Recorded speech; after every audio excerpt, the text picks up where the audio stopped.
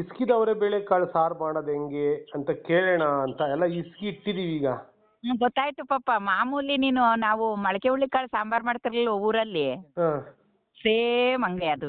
ಒಂದ್ ಗೆಡ್ಡೆ ಈರುಳ್ಳಿ ಹೆಚ್ಕ ಪಾಪ. ಈರುಳ್ಳಿ ಹೆಚ್ಚಿ ಒಂದ್ ಗೆಡ್ಡೆ ಬೆಳ್ಳುಳ್ಳಿ ಸುಳ್ಕೊಂಡ್ ಜಜ್ಕ. ಕರಿಬೇವಿನ ಸೊಪ್ಪು ತಗ. ಸಾಸಿವೆ ಕಾಳು ಹಾಕಿ ಎಣ್ಣೆ ಸ್ವಲ್ಪ ಕಾದಿದ್ದಕ್ಕೆ ಅವನ್ನ ಹಾಕು. ಹಾಕಿ ಅವು ಸ್ವಲ್ಪ ಮಾಗಿತಾವಲ್ಲ ಈರುಳ್ಳಿ ಬೆಳ್ಳುಳ್ಳಿ, ಅದ್ರೊಳಗಡೆ ಇಸ್ಕಿದ ಬೇಳೆ ಸುರಿ. ಅವನು ಸ್ವಲ್ಪ ಹೊತ್ತು ಒಂದು 10 ನಿಮಿಷ ಹಂಗೇನೆ ಒಗ್ಗರಣೆಲೆ ಮಾಗಾಡ್ಸು ಪಪ್ಪ. ಆಮೇಲೆ ಹುರ್ಗಾಳ್ ಪುಡಿ, ಖಾರದ ಪುಡಿ, ಮಿಲ್ಲಿಂ ಪುಡಿ ಆದ್ರೆ ರುಬ್ಬಕ್ ಹೋಗ್ಬೇಡ, ಹಂಗೆ ಹಾಕ್ಬಿಡು ಕದ್ರಿ. ರುಚಿಗೆ ತಕ್ಕಷ್ಟ ಕದ್ರಿ ಹಾಕ್ಬಿಟ್ಟು ಅದ್ರಲ್ಲಿ ಸ್ವಲ್ಪ ಹೊತ್ತು ಕುದ್ದಿದ್ದನ್ನ ಮುಚ್ಚು ಬಾಯ. ಹುರ್ಗಾಳ್ ಪುಡಿ ಅಂದ್ರೆ ಧನಿಯಾ ಪುಡಿ.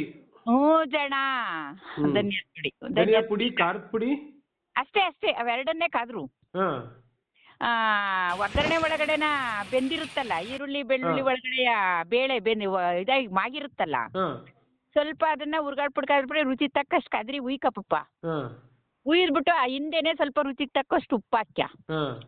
ಅದೆಲ್ಲ ಬೆಂದ ಮೇಲೆ ಅಪ್ಪರೊತ್ತೆ ಬೇಯಂಗಿಲ್ಲ, ಇಸ್ಕಿದ್ ಬೇಡ. ಅಪ್ಪರೊತ್ತೆ ಬೆಂದ್ರೇನದು ಕದ್ರೋಗುತ್ತಿ. ಆಮೇಲೆ ಕಾಯಿ ರುಬ್ಬಿಟ್ಟು ಹಾಕ್ಯ. ಅದಕ್ಕೆ ಕಾಯಿ ರುಬ್ಬಿ ಹಾಕ್ಬಿಟ್ರೆ ಸಾಕಾ? ಅಷ್ಟೇ. ಓ ಸುಲಭವಾಗೈತೆ ಹಾಗಾದ್ರೆ.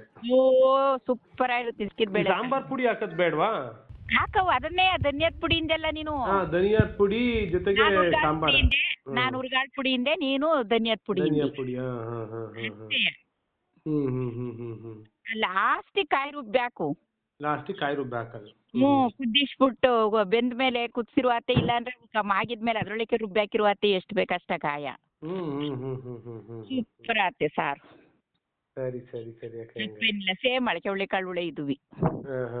ಏನು ಅಂದ್ರೆ ಮೊಳಕೆ ಕಾಳು ಜಾಸ್ತಿ ಹೊತ್ತು ಬೇಯ್ಬೇಕು. ಇವೇನ್ ಹೆಚ್ಚಿಗೆ ಬೇಯಿಸ್ಕೊಳಲ್ಲ, ಇಸ್ಕಿರ್ತೀವಲ್ಲ.